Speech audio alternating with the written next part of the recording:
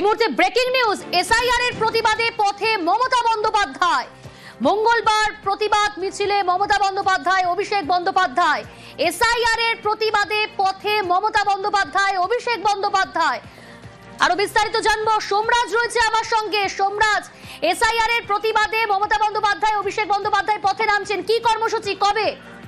দেখো, অত্যন্ত গুরুত্বপূর্ণ এসআইআর ইস্যুতে পথে নামছেন মমতা বন্দ্যোপাধ্যায়, অভিষেক বন্দ্যোপাধ্যায়। সূত্র মারফত জানা যাচ্ছে আগামী 4 নভেম্বর এই কর্মসূচি ডাক দেওয়া হয়েছে সর্বভারতীয় তৃণমূল কংগ্রেসের তরফে, এবং যে কর্মসূচির সামনেতেই থাকবেন অভিষেক বন্দ্যোপাধ্যায় এবং মমতা বন্দ্যোপাধ্যায়। সূত্র মারফত জানা যাচ্ছে 4 নভেম্বর দুপুরে বি.আর. আম্বেদকর মূর্তি থেকে এই মিছিল শুরু করবে তৃণমূল কংগ্রেস। শেষ হবে জোড়াসাঁকো ঠাকুরবাড়িতে। বি.আর. আম্বেদকরের মূর্তির সামনে থেকে এই মিছিল শুরু করা হবে, যেখানে থাকবেন মমতা বন্দ্যোপাধ্যায় এবং অভিষেক বন্দ্যোপাধ্যায়। ইতিমধ্যেই সেই প্রস্তুতি নিতে বলা হয়েছে তৃণমূল কংগ্রেসের শীর্ষ নেতৃত্বের তরফে।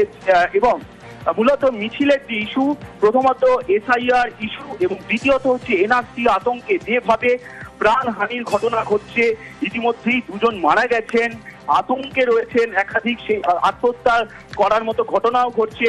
সামগ্রিক ইস্যুতেই পথে নামছেন মমতা বন্দ্যোপাধ্যায় এবং অভিষেক বন্দ্যোপাধ্যায়। আগামী 4 নভেম্বর এই কর্মসূচি করা হচ্ছে, তেমনটাই সূত্র মারফত খবর। এবং তৃণমূল কংগ্রেস সূত্রে জানা যাচ্ছে যে তৃণমূল কংগ্রেসের তরফে এই কর্মসূচি নিয়ে আনুষ্ঠানিকভাবে ঘোষণাও করা হবে।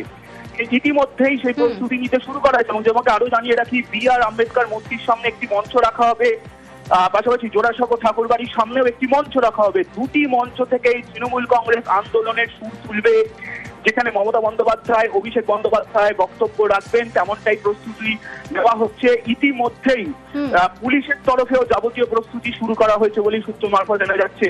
ফলত 4 নভেম্বর শহরের রাজপথে এসআইআর ইস্যুতে মমতা বন্দ্যোপাধ্যায়, অভিষেক বন্দ্যোপাধ্যায় মিছিল করতে চলেছেন, এবং সেই মিছিল হবে রেড রোডের বি.আর. আম্বেদকর। বেশ।